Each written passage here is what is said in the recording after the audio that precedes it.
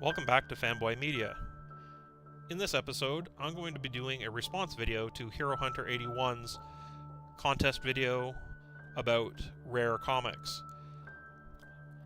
I was compelled to do a response to this video because I just find the concept of rare comics to be actually a very wide and vague term, and I thought I would explore some of the different types of rarity through my own collection, as well as showing some of the books that I believe HeroHunter is looking to see in our collections. The first up, this is what I really think of when I talk about a rare comic, would be a survival rarity. This is a copy of 40 Big Pages of Mickey Mouse from the 30s, and to the best of my understanding, when I did some research many years ago, there was an estimated 10 or so surviving copies. Now, I'm not exactly sure how accurate that is, but I do know at the time finding more of them or finding information about it was actually quite sparse. There are low print run comics. This issue 1 of 1001, published directly by Sanya Anwar, the artist and writer, only had 30 copies to its print run. So finding another one from that particular batch going to be quite rare. This is a Razor ash can, one of the few real ash cans that I have, and there were only 100 of these produced. Out of watching for about 15 years, probably a little bit more, this is the only one I've ever been able to find or have seen for sale. With the proliferation of grading comics, whether it be CGC, PGX, and the new one, CBCS or whatever, we're getting more and more slabbed comics or graded comics. And we can look up in the population reports to see how many books are graded at a particular scale.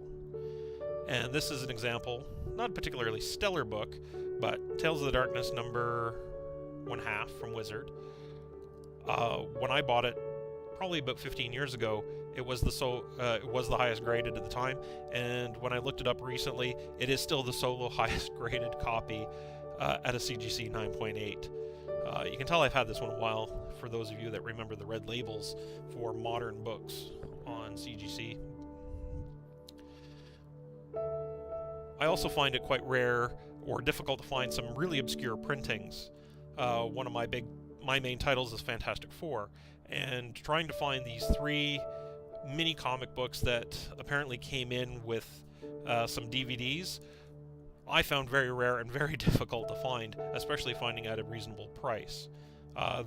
Some of them do come up available from time to time, but I do find that the prices tend to be a bit on the wishful side. But also in obscure printings, you could be talking about some of the comic books that were available through toys or through certain mail-ins and stuff like that, and those can be very difficult to find. Variant covers. I put this one up.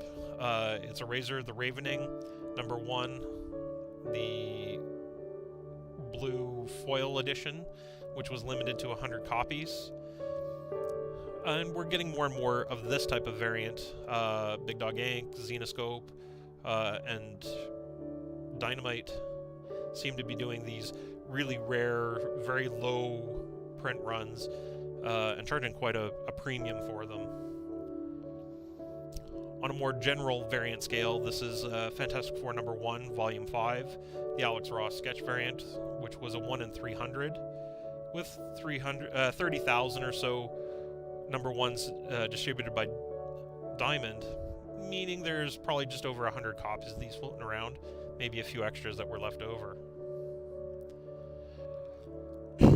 Getting into what I would consider less rare, but interesting, and I believe some of the stuff that maybe HeroHunter is looking for, is an example like Marvel Mystery Comics number 57 or Superman 32.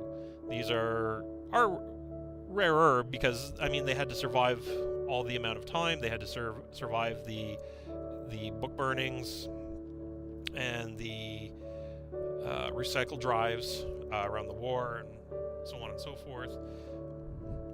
Generally available, but definitely harder to find.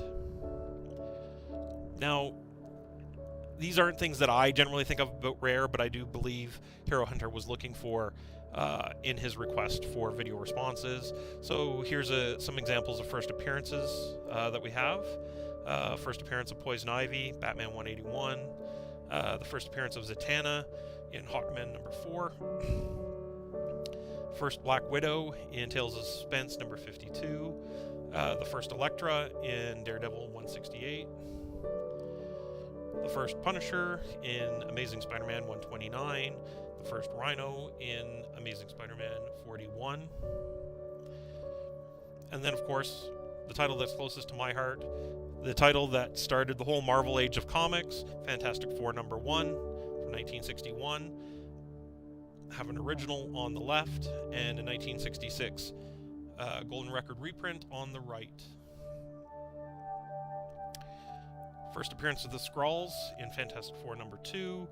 First appearance of the Fantastic Four costumes in the first Fantastic Car in Fantastic Four number 3.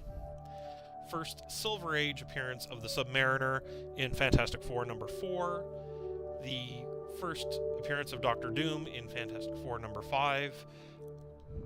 Name a first appearance in Fantastic Four, I could rhyme them all off as well. First appearance of Silver Surfer, first appearance of Inhumans, first appearance of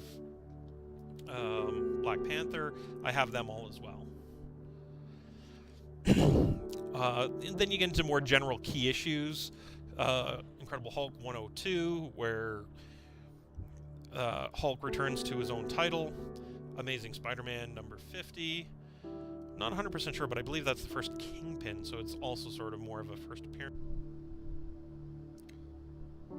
Amazing Spider-Man 121 and 122, which of course is the death of Gwen Stacy. I have a complete Spider-Man run moving forward, so I do have first Black Cat and so on and so forth.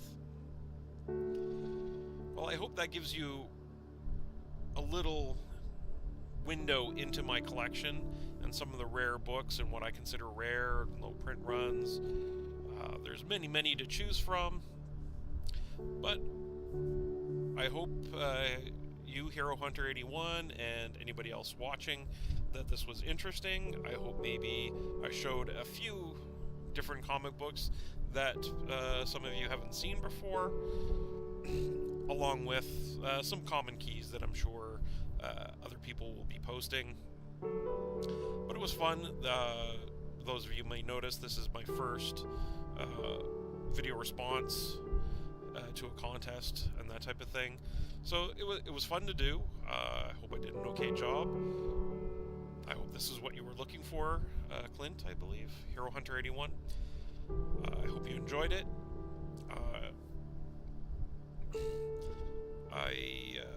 Congratulations on your 900 plus subs. I mean, I can fully appreciate the effort that it's taken you to get there. I'm still at 3. I'm very new to this whole YouTube community thing, trying to get involved. But I'm sure you're going to keep growing. You keep producing good content. So congratulations, and good luck to all the contestants. And I hope you enjoyed. Thank you.